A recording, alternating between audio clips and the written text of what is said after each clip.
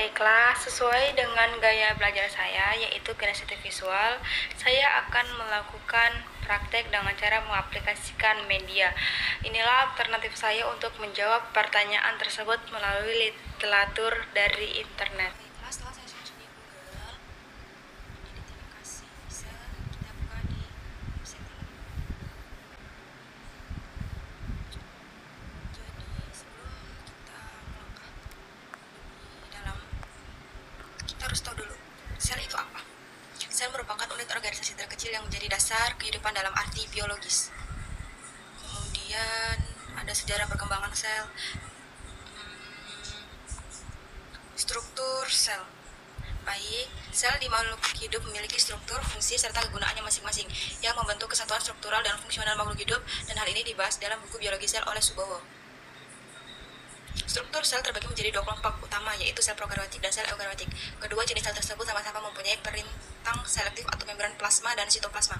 Membran plasma ini menyelubungi sitosol, tempat organel sel berada. Semua sel mengandung kromosom yang membawa gen dalam bentuk DNA dan ribosom yang membentuk protein dengan instruksi dari gen. DNA pada sel eukaryotik terdapat pada nukleus yang diselubungi membran ganda, sedangkan pada prokaryotik DNA tidak terselubungi oleh membran yang disebut nukleus. Organel pada sel eukariot terspesialisasi, sedangkan pada sel prokaryotik tidak. Struktur sel dibagi menjadi struktur sel prokaryotik dan sel eukaryotik. Sel prokaryotik berarti sebelum inti. Bagian dalam sel prokaryotik disebut sitoplasma. Sel prokaryotik tidak memiliki nukleus sejati karena bahan intinya masih tersebar di dalam sitoplasma dan belum diselubungi oleh membran inti. Materi genetika DNA terkonsentrasi pada suatu daerah yang disebut nukleotid, tetapi tidak ada membran yang memisahkan daerah ini dari bagian sel lainnya. Ciri-ciri sel prokaryotik sendiri diantaranya memiliki membran plasma, memiliki nukleoid DNA atau RNA, memiliki sitoplasma, tidak memiliki membran inti, dan sistem endomembrane. Sel prokaryotik secara umum memiliki ukuran yang lebih kecil dibanding sel eukaryotik. Setiap prokaryotik merupakan sel tunggal, tetapi akan sering dilihat dalam rantai atau kelompok sel yang berjumlah ratusan. Memiliki dinding sel, memiliki membran plasma, nukleoid, memiliki organel yang terdapat dalam sel-sel prokaryotik adalah ribosom, yang tersusun dari RNA dan protein. Ribosom merupakan tempat berlangsungnya sintesa protein. Memiliki flagella, memiliki pili. Kemudian pengertian sel eukaryotik. Sel eukaryotik termasuk golongan yang memiliki struktur lebih maju, yaitu sama dengan sel tumbuhan dan binatang. Eukaryotik sebagai kelompok organisme yang sel-selnya mengandung nukleus dan dikelilingi oleh membran nukleus. Kemudian di sini dapat dilihat ada ciri-ciri dari sel prokaryotik. Itu memiliki membran sel, memiliki nukleus atau inti sel, memiliki sitoplasma, ya, dan hanya itu. Dan di sini dijelaskan ada bagian membran sel dan fungsinya. Membran sel merupakan batas antara lingkungan luar dengan bagian dalam sel. Membran sel bersifat selektif permeabel, yaitu hanya dapat dilalui oleh zat-zat tertentu seperti glukosa, asam amino, gliserol, dan ion. Perpindahan molekul tersebut terdiri dari dua macam, yaitu transport pasif, perpindahan molekul atau ion tanpa menggunakan energi, dan terjadi secara spontan dari konsentrasi tinggi ke rendah. Contoh difusi dan osmosis. Baik. Sitoplasma.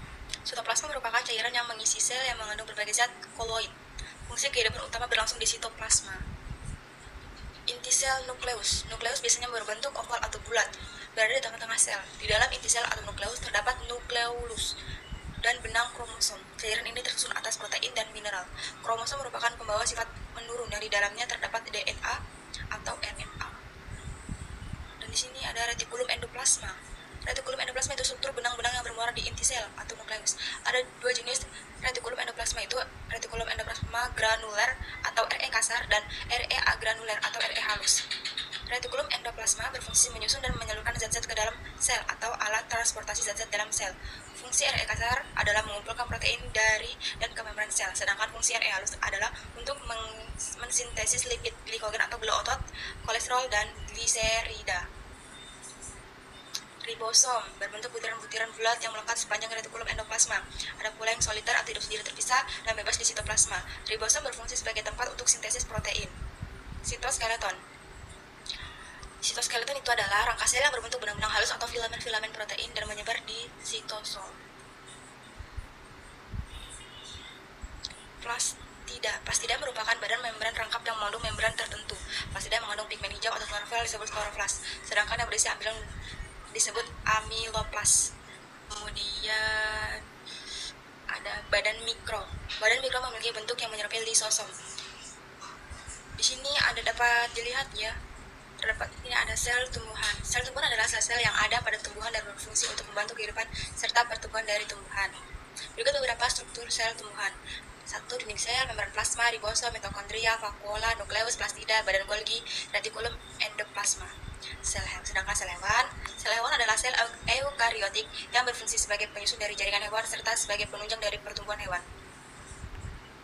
Struktur hewan diantaranya itu nukleolus, retikulum, endoplasma, membran sel, sitoskeleton, mikrofilamen, peroksisom, ribosom, lisosom, mikrotubulus, sentriol, badan Golgi, mitokondria. Dan di sini jelas sekali ya, di website ini terdapat perbedaan sel hewan dan tumbuhan. Dapat dilihat dalam sini.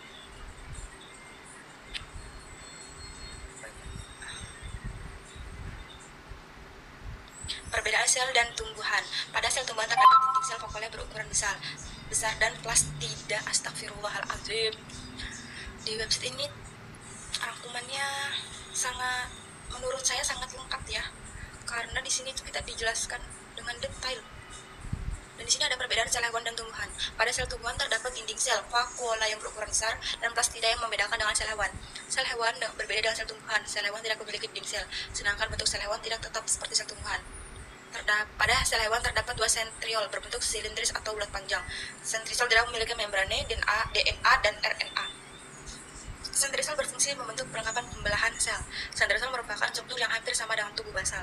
Tubuh basal terdapat di bagian besar dari setiap silia dan flagela. Tubuh basal membantu pengaturan mikrotubulus yang menyusun silia dan flagela. Pada sel tumbuhan, sentriol tidak berperan penting karena telah diketahui bahwa perlengkapan pembelahan sel terbentuk tanpa adanya sentriol atau struktur lain yang tampak dalam sentrosom. Pada sel hewan terdapat daerah sumber penyebaran mikrotubul bernama sentrosom yang bertindak sebagai pusat pengatur mikrotubulus. Baiklah, sekian jawaban dari saya. Saya kira itu cukup. Kurang dan lebihnya mohon dimaafkan. Assalamualaikum warahmatullahi wabarakatuh.